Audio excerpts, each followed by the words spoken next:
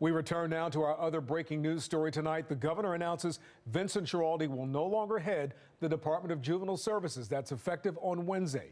It comes after months of calls from law enforcement, leaders, prosecutors, and residents demanding the governor replace him. Fox 45 News has been covering the concerns over Schiraldi and the department relentlessly. We have made your voices heard and pressed the governor and the secretary himself on those issues. Now, the governor has nominated Betsy Fox Tolentino as his replacement. We don't know much about her right now, only that she works with ROCA. ROCA is a violence intervention program in Baltimore. She'll serve as the acting secretary, but the state Senate will have to approve her nomination. Fox 45's Mackenzie Frost has been following the concerns surrounding Vincent Schiraldi and DJS for years. She joins us live now with a look at how we got here. Mackenzie. Maxine Kai, the moment Vincent Schiraldi was nominated to lead the Department of Juvenile Services, there were concerns about his stance and approach to holding young people accountable. Governor Wes Moore once called him a national leader. Now, just over 2 years later, Schiraldi is out of the job.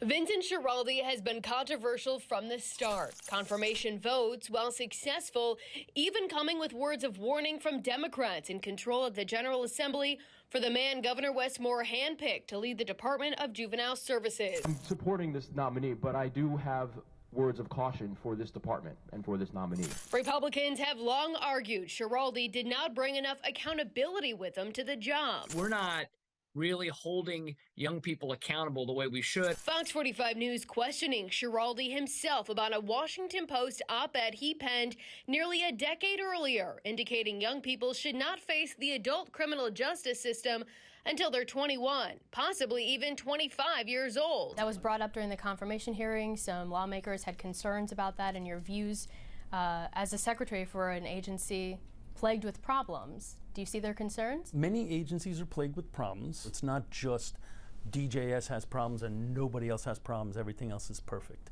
But you're the secretary of this. When you look at, right, so you're asking me a question you want me to answer, right? So let me answer the question. If you ask most of your viewers, how different were you, particularly the men, at the age of 17 versus the age of 19? Were you dramatically more ready to engage in adult responsibility and adult behaviors when you were a freshman or a sophomore in college than you were when you were a senior in high school? I think most people would say no. Now, a change in leadership is met with cautious optimism from some. You know, unfortunately, I think the governor could have made this decision a lot earlier. You say, okay, you know, Governor, thanks for finally getting around to something that we all thought should have happened.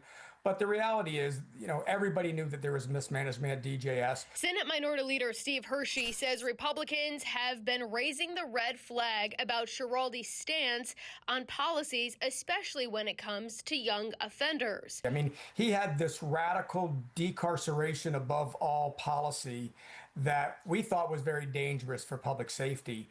And just as dangerous as that was his refusal to work with anybody. Lawmakers faced pressure to change juvenile justice laws, especially one preventing kids between 10 and 12 years old from facing most criminal charges. Despite police, prosecutors, and parents calling for change, Schiraldi backed the more lenient law enforcement approach. I think that kids that are really young are much more of a social service problem than they are a criminal juvenile justice problem. Time and time again, examples of young people getting involved in crime surfaced while Schiraldi was at the helm of DJS. Some brutal attacks caught on surveillance video, like this one, of 66-year-old Bernie seen lying motionless on the ground while his daughter screamed for help. That victim speaking with Fox 45 News about the brazenness of young offenders. They look at it as a game, like let's go hunt down some more old people. DJS releasing a 15-year-old suspect involved to his guardian. And then ankle monitors thrust into the spotlight, especially when young people are picked up, accused of another crime, while wearing a monitor already under DJS supervision. Fox 45 News investigating ankle monitors within DJS, learning the agency used 2 different types of surveillance, all while Schiraldi stood by how his agency held young people accountable for their crimes. What do you say to the families of these victims and the victims themselves who say that this isn't working and that your policies are prioritizing the safety and protection of the offenders as opposed to them and their families in the community? A family whose loved one has been harmed may or may not be, happy with what I'm saying right now, but I want them at least to understand that we are trying to improve public safety. We're trying to do it by holding kids accountable and by turning their lives around and rehabilitating them. And that most often that's working well. What does accountability look like to you? Well, if my child was put on an electronic monitor and arrested for a crime, that would at least be some measure of accountability. If my child was detained, that would also be a measure of accountability. And I think what we need to do is say, how severe is what this kid did? How severe is their prior record? And then make judgments. Prior to his position in Maryland, Schiraldi worked in New York City, responsible for the notorious Rikers Island prison. A monitoring report from December 2021 said the New York City Department of Corrections was in a crisis. And a corrections officer Fox 45 News spoke with pointed the finger at Schiraldi for the problem. I've been a correction officer for 25 years. And Schiraldi was probably the worst commissioner we've had in my tenure. He came in here with this mindset of providing everything for the inmate population and not providing things that we needed. Wasn't concerned about our well-being at all. Before the Big Apple, Schiraldi ran the nation's capital's DJS equivalent, where a years-long probe found Schiraldi violated at least 5 sections of his own agency's policies, including giving preferential treatment to prisoners and bringing juvenile offenders to his home for a cookout, where one escaped. As the pressure intensified for change within DJS, Secretary Schiraldi maintained he would stay on the job. I'm going to stay on this job and work as hard as I can, as long as the governor is supportive of the direction we're taking. And for years, we have questioned Governor Westmore about his support for the embattled secretary. Does he have your support right now? He's still on the job right now. How much longer are you willing to stand by the Secretary, Vincent Schiraldi, of that department? Well, I think we have to both remember that DJS is a department that was and still is a place in need of real reforms. So how can you be confident the DJS is actually providing the level of services necessary? Well, I can tell you that there has been a very real increase in the way you do accountability. When is the governor's office going to take action? So what do you say to them? Just last week, Fox 45 News pressed the governor on Secretary Schiraldi's future after Baltimore police noted juvenile arrests make up a larger share of robberies and auto thefts, with some repeat teen offenders even getting released by DJS. You have to have a full understanding of everything that is taking place, because the truth is that one person is not responsible for the record drops that we have seen in violent crime. One person is not responsible for individual incidents or increases. This is a team effort. I'm confident in making sure that our team gets the job done.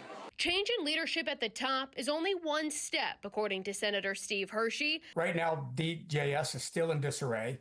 Morale is shattered, staff is leaving, public confidence has eroded. Fox 45 News has heard from whistleblowers inside the department as recently as last week, noting staffing shortages inside facilities have resulted in employees and juveniles feeling unsafe. Now, a new leader is coming in, facing a monumental and uphill task.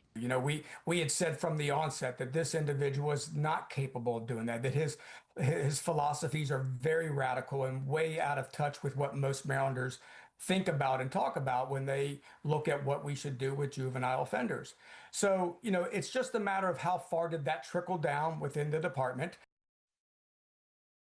I did reach out to DJS tonight for a comment from Schiraldi, but so far we have yet to get a response from him. Mackenzie, what do we know about the acting secretary, Betsy Fox Tolentino? Well, Maxine, right now she works with Roca Impact Institute, working on juvenile justice efforts regionally and with national partners. Before Roca, she did serve as Deputy Secretary of Community Operations within DJS under former Secretary Sam Abed in 2021. There will have to be a confirmation hearing for Tolentino.